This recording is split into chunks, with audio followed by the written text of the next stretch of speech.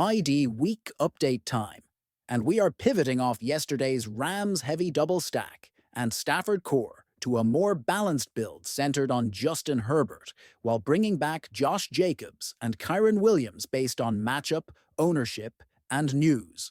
At quarterback, we are moving from Matthew Stafford to Justin Herbert at 6,300 with a dash rank of 100, projected for 20 points at about 13.5% owned against the Dolphins, who have one of the worst defenses overall, by opponent rank 27. Why the change from yesterday's Stafford lean?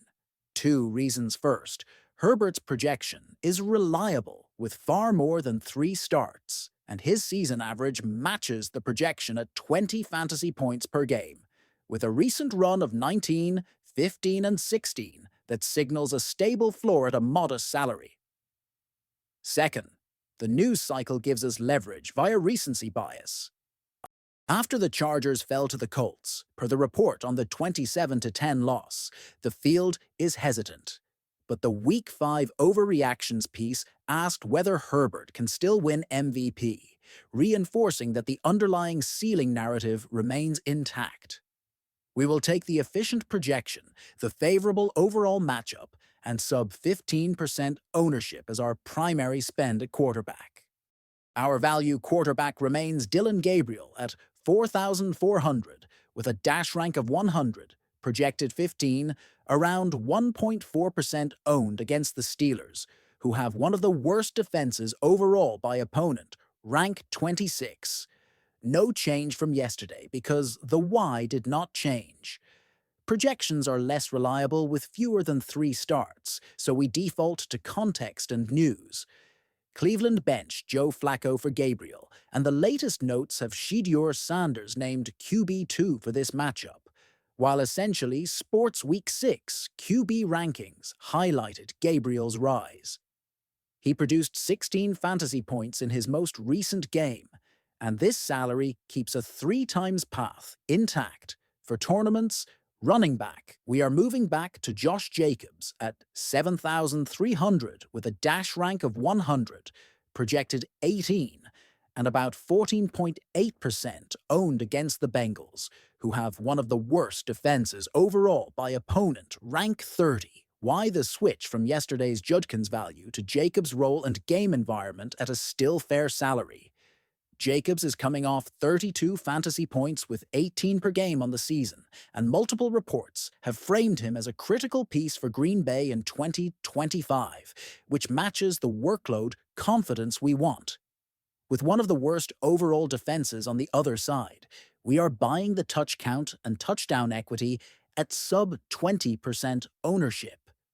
At wide receiver, we are elevating Trey Tucker at 4,800 with a dash rank of 100, projected 11, about 3.8% owned against the Titans, who have one of the worst defenses overall by opponent rank.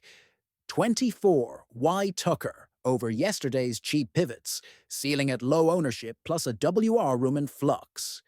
He flashed a 44-point spike 3 games ago, followed by a consolidation 11 last time out, and the viral note about the Raiders shaking up the wide receiver room supports a path to expanding routes and targets. There was even buzz around the Raiders' first touchdown of the season going to Tucker, underscoring the explosiveness that fits tournaments at this salary. Tight end, we are flipping from Jake Ferguson back to Tucker Kraft at 4,700 with a dash rank of 100, projected 12, about 12.4% owned against the Bengals, who have one of the worst defenses overall by opponent, rank 30. Why the change? Back price, projection, and clean correlation with Jacobs if you choose to mini-stack Packers exposure.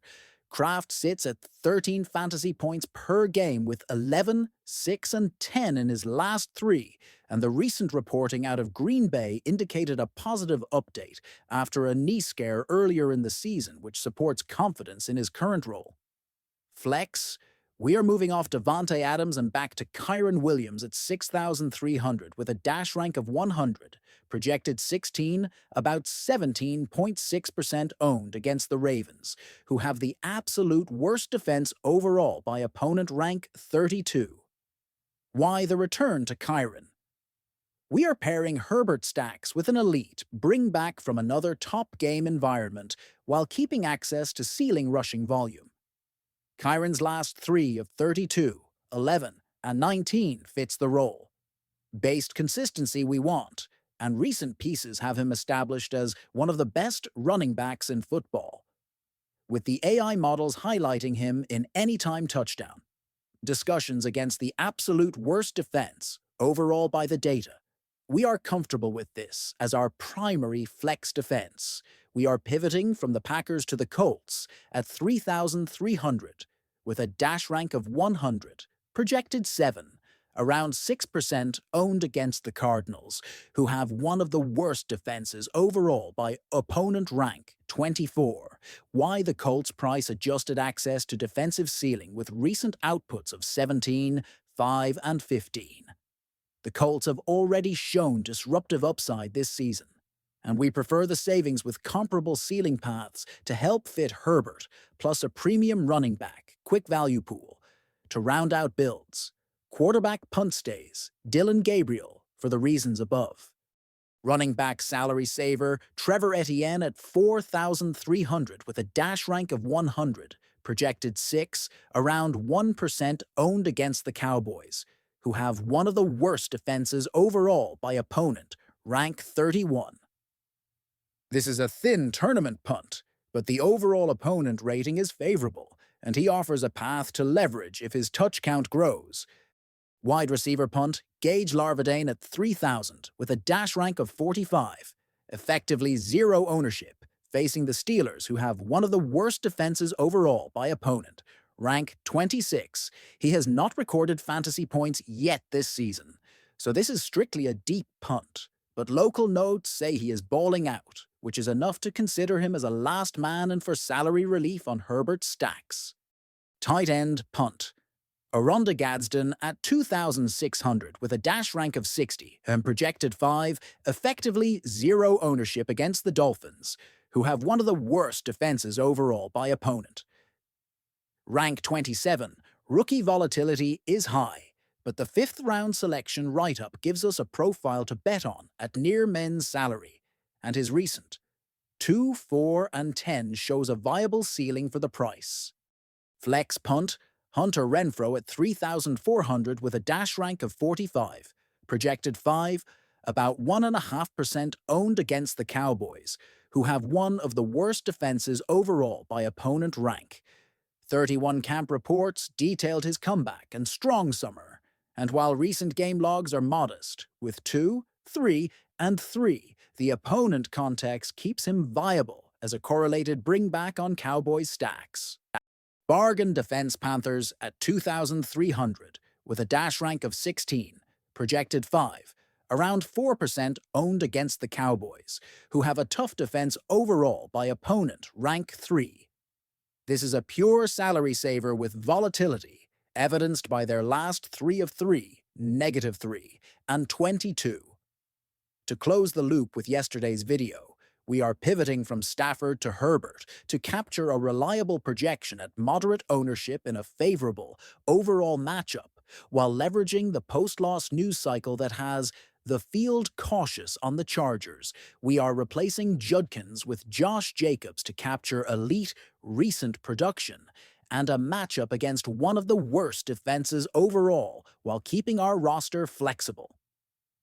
We are moving tight end back to Tucker Kraft for price, projection, and correlation with Jacobs. We are bringing Kyren Williams back into flex to attack the absolute worst defense overall with a player the news has framed as one of the league's best at the position. And we are swapping the Packers' defense for the Colts to save salary without sacrificing ceiling. Drop your favorite low-owned one-off in the comments so we can test it in the Friday final update.